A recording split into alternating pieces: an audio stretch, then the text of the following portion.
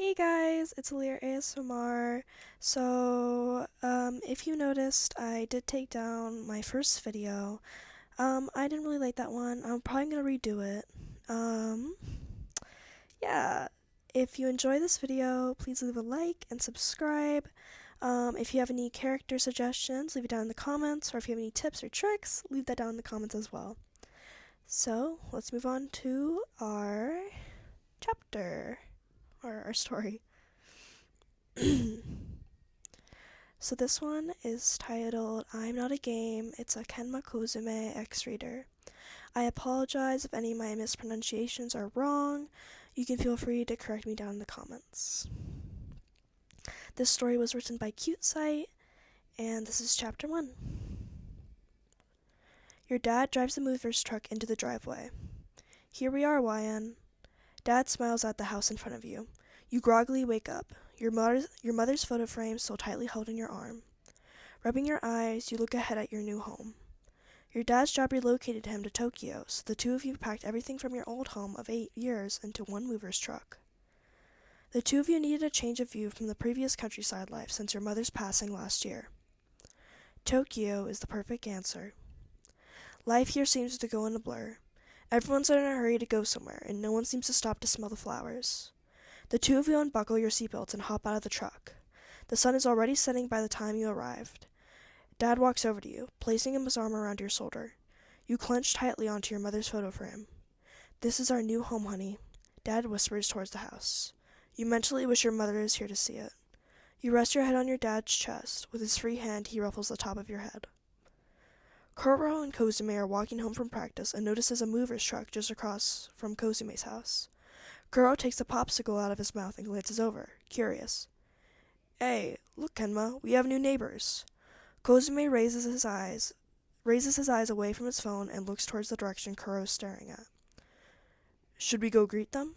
Kuro turns to look at Kozume, who wears a deadpan expression. Kuro turns his attention back to the new neighbors and notices a girl walk inside the house. A smirk grows on his face. Oh God, Kozume mumbles under his breath. Kuro quickly runs over to the mover's truck, leaving Kozume behind.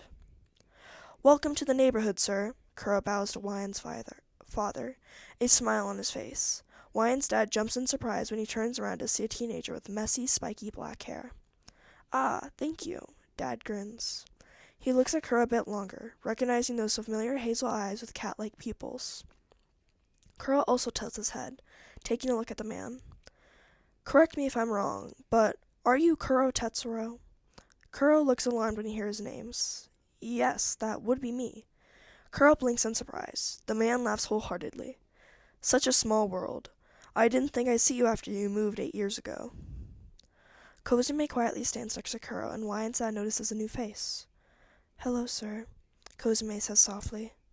This is my friend, Kozume Kenma. Kuro happily introduces the two. Is Mrs. Is Mrs. Last name and Wyan here with you? Wyan's dad's smile droops a bit. My wife passed away last year, but Wyan is with me.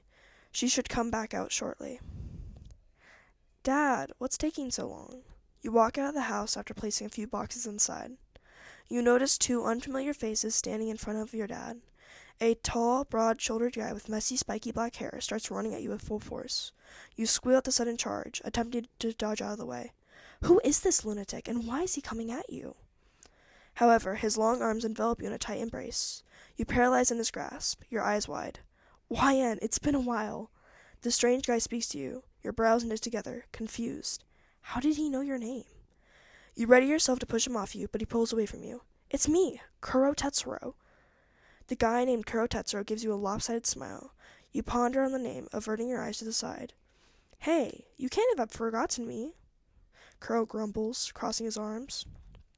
The Tetsuro I remembered was shy and cute. You mum to yourself, Hey, I heard that. Are you saying I'm not cute? Cute? You flick your eyes to Kuro. You're also not quiet either. Kuro clenches his teeth together, pulling your cheek. Hey! You shout out. That's how you greet your childhood friend? We were best friends at one point, you know. You pry his fingers off your cheek and frown, placing a hand on the cheek he just pinched. Yeah, at one point. you grumble, walking past him. Kuro notices Wayan's standoffish behavior. He reaches out to grab your wrist, and you turn around to look at him, pulling your arm back. Your dad steps up from behind you and apologizes to Kuro for your behavior. Wayan hasn't been herself since her mother passed. Sorry for the way she's acting towards you, Kuro. You shoot a glare at your dad. Kuro slowly nods his head, his hazel eyes still on you. Kozume quietly walks over to Kuro's side, and you have a clear view of the second stranger. The guy standing next to Kuro is average height with black roots and long hair that stop to his neck. You quickly notice his cat-like golden eyes. Kenma, meet my childhood best friend, Kuro points towards you. Your eyes stare up at the cat-like guy. Neither of you say a word to one another.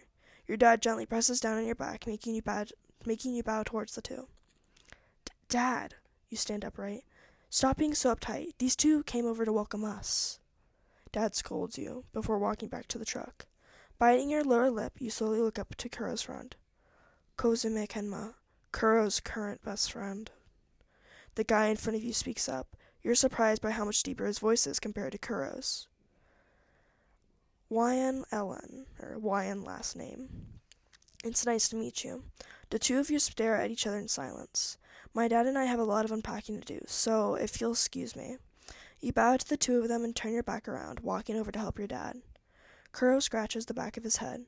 She used to be a cheerful, silly girl. I guess losing her mother really upset her. Nothing you can do about it, Kuro, Kozume says towards him. Let's go back to our homes. We still have school tomorrow, and I'd like to beat the last stage of my game before bed. Kuro chuckles next to Kozume and nods his head. The two quietly walk back across the street.